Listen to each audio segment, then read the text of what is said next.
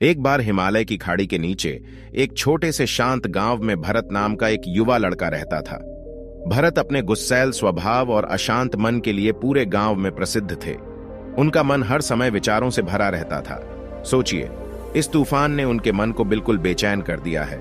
ऐसा लगता था कि उसके जीवन से शांति गायब हो गई है और वह हमेशा अपने विचारों में खोया रहता था और तनावपूर्ण जीवन जी रहे हैं। उसके अशांत मन और गुस्से के कारण उसके परिजनों और गांव वालों से भी संबंध ठीक नहीं थे, जिससे वह और भी अकेला और अपमानित महसूस करता था। वह और भी अधिक मानसिक तनाव की स्थिति में चला जाता है।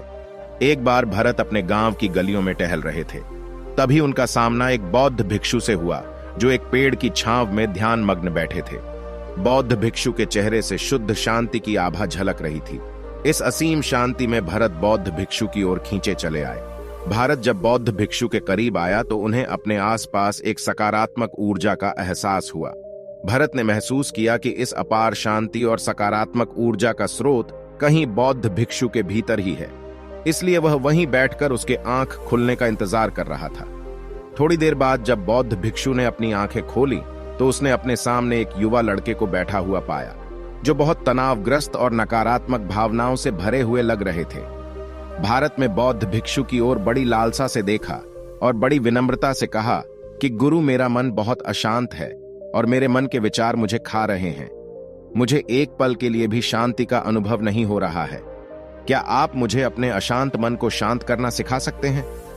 भरत की पीड़ा को समझते हुए बौद्ध भिक्षु ने करुणा भरी दृष्टि से उसकी ओर देखा और कहा, मेरे प्यारे बच्चे, मैं तुम्हें एक कहानी सुनाना चाहता हूं। इस कथा में मानसिक शांति और प्रसन्नता के रहस्य छिपे हैं। क्या आप कहानी सुनना चाहेंगे? भरत ने हां में सिर हिलाया और पूरी एकाग्रता से कहानी सुनने को तैयार हो गया। आपके अंदर की जिज्ञासा चरम पर थी। आपके अंदर की जिज्ञासा चरम पर थी। बहुत समय पहले की बात है। एक नगर में शक्ति नाम का एक व्यक्ति रहता था। शक्ति बहुत महत्वाकांक्षी व्यक्ति थे और उन्हें हर काम में लोगों से खजूर चाहिए होते थे। यदि उसे किसी से अपयश और बुराई सुनने को मिलती है तो वह गहरी चिंता और तनाव में चला जाता है।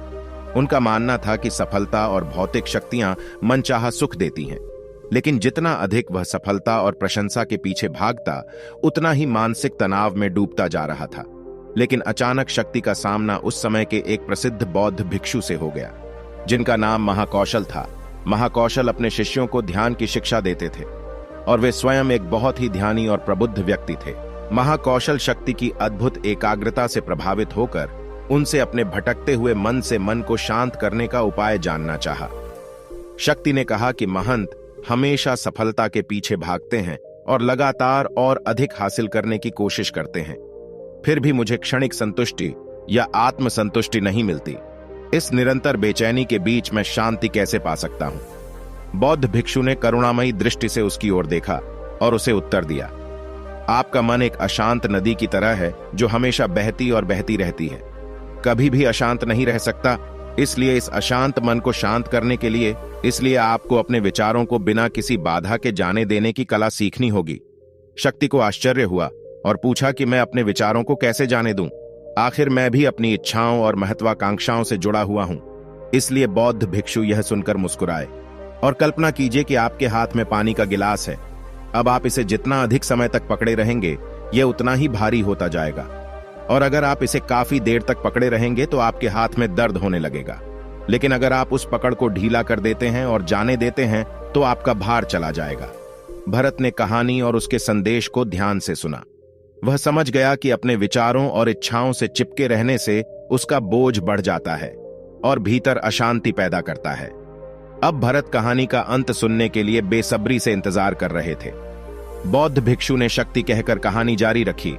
बौद्ध भिक्षु के शब्दों के बाद विचारों को जाने देने का अभ्यास शुरू किया।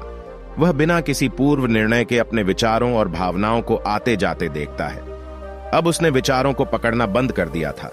विचार उठते थे और अपने आप चले जाते थे। धीरे धीरे उसे एहसास होने लगा कि उसकी इच्छा और भावना भी सारे दुखों का कारण है।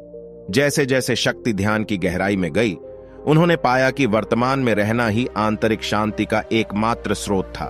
वह स्वयं को वर्तमान में स्थित करके अपने मन की निरंतर बकबक से छुटकारा पा सकता है।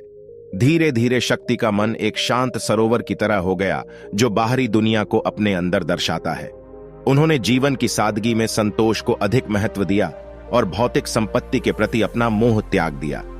जैसे ही सत्ता परिवर्तन की खबर लोगों में फैली, दूर दूर से लोग मार्गदर्शन लेने आने लगे।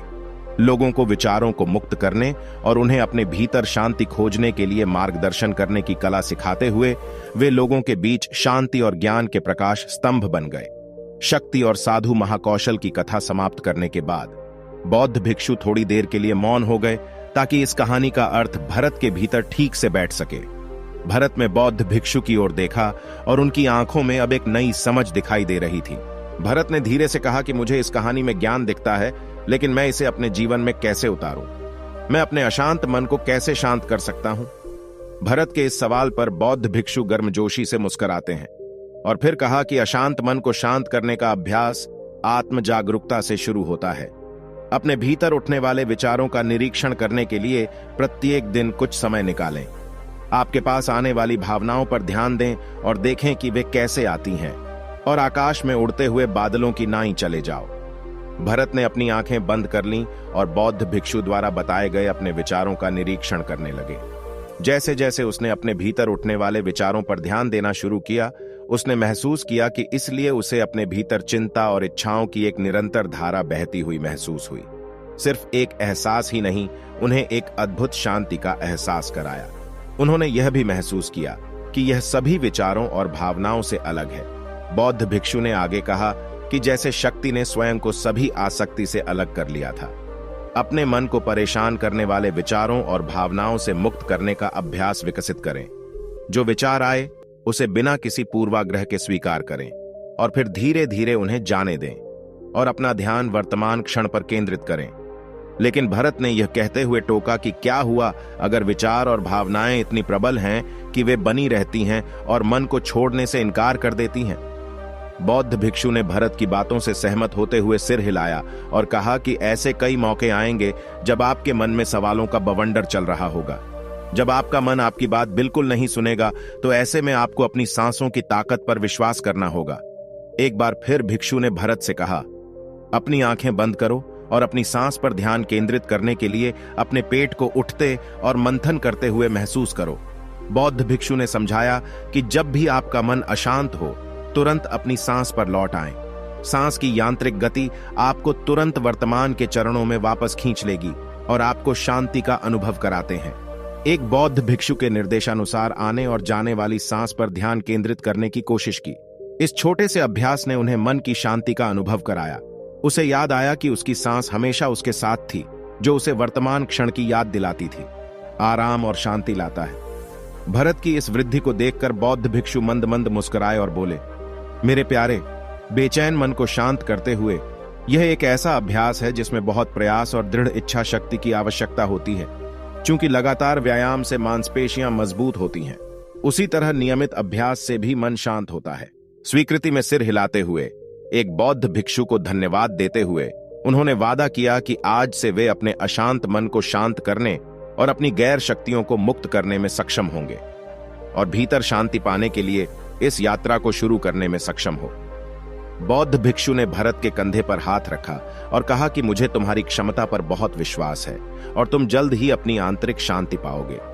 लेकिन याद रखें कि यह आसान नहीं होगा, लेकिन अगर आप दृढ़ इच्छा शक्ति और खुले दिल से कोशिश करेंगे तो आप निश्चित रूप से उस टुकड़े को पालेंगे जो आपके अंदर है। उस दिन से भरत अपने व्याकुल मन को शांत करने का प्रयत्न करने लगे और हर दिन ध्यान करने के लिए अलग समय निर्धारित करें। उसने अपने मन में उठने वाले विचारों को बिना किसी रोक टोक के जाने दिया और अपनी सांसों के जरिए खुद को वर्तमान में रखने की कोशिश की। समय के साथ अभ्यास करते हुए भरत को अपने भीतर शांति का अनुभव हुआ। जैसे जैसे समय बीतता गया, भरत को ज्ञान और शांति के स्रोत के रूप में जाना जाने लगा। ग्रामीण अपने अशांत मन को शांत करने के लिए भरत आते हैं।